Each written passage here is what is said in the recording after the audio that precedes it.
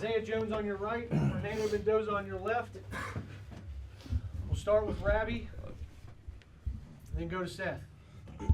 Yeah, Fernando, I wanted to get your thoughts, first of all, on your offensive line. You had several drives they just took over. The running game took over 367 rushing yards. Just your thoughts, Driven's not even out there. Your thoughts on how well they played. They played fantastic. I mean, all of them.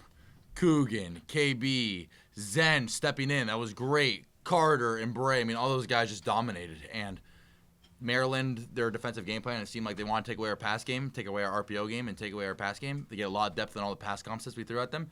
And that opened up the run game. And when we have such great offensive linemen, as an opposing team, it's really tough to do that because we have one of the best run games in the country. So when you want to take away the pass, then all right, sure, we'll run 370 yards down your throat. So I think it was just a great testament to how complete our run game is and what a great job our offensive lineman does. We'll go Seth and Zach. Oh, I guess for both of you, the first quarter was a little tighter. You guys had 87 yards. They had 55. Second quarter was 203 yards to 31. What changed in the second quarter for you guys, I guess, on both sides, and how are you able to find that level, shift it into gear week after week? Yeah, I think it's just complementary football. Playing on the road is always hard no matter who you're playing. So just settling in, letting the offense know the defense got their back, and vice versa. We feed off when they go down and drive down and score. So I think just getting settled in, and then fight, like he said. If they want to defend the RPOs, they're going to run the ball. We feed off of that. So just feeding off each other, offense giving defense life, and vice versa. Yeah, no, definitely. I mean, I put the defense in a tough situation to start the game with the turnover. Tough situation. I can't turn the ball over, especially in that situations, but our defense did a fantastic job of creating 5 turnovers today, which won the turnover ratio, and I think they did a great job of complimenting us. And obviously the offense, and it's just not the offense, but myself, I got off to a slow start, which never is great, but our offense really rallied, and our defense really rallied, and I think that's why you saw such a big improvement in the second quarter and on. We'll go on your right to Zach O. I guess to follow up on that for either of you, how much, I guess, does it keep the sideline calm when there is that confidence in all three phases that, if it's the defense that needs to get it going one day, it will be. If it's the offense, it will be. Special teams can make plays. How much does that just keep, any kind of anxiety from ever creeping in on that sideline?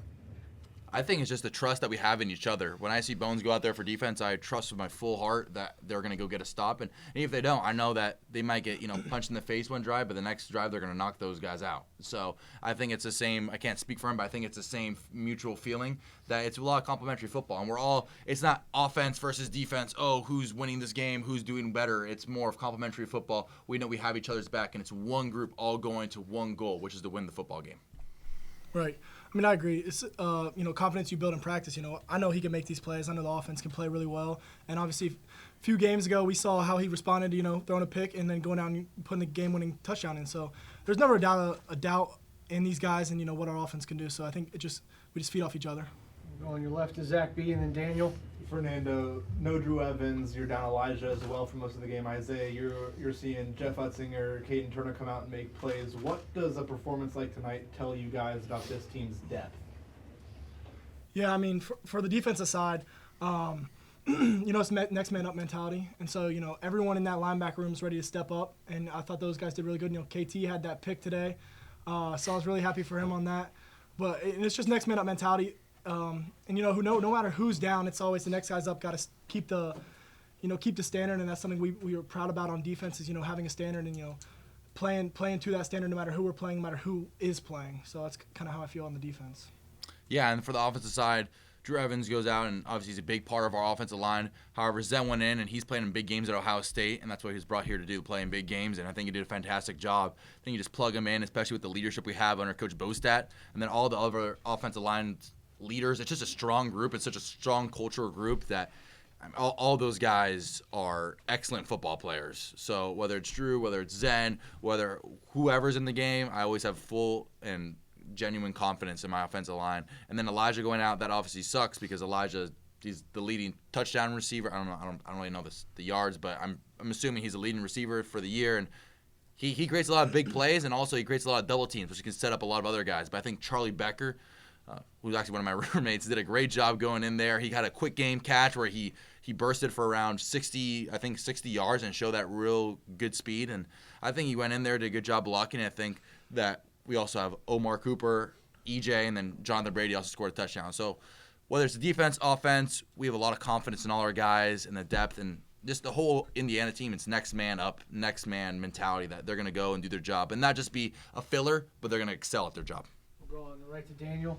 Sig had said that what really makes him happy is how when he preaches, like, okay, play hard, score aside, you guys just answer.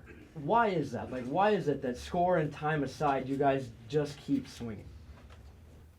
I would say it's the mentality that we have. I mean, defensively, offensively, and special teams, it's the mentality and culture that has been instilled, and I've been lucky enough to be a part of it.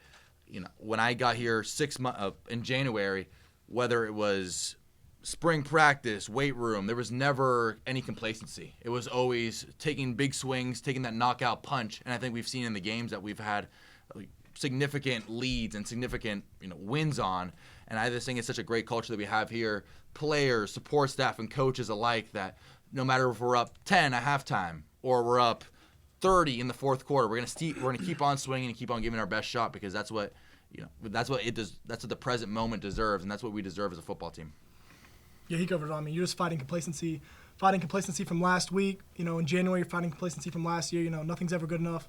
And I think Sig and the coaches and the strength staff, they really are good at harping on that and keeping us nose down, working hard, and so that's just what we want to fight every week. Great. Thanks, guys.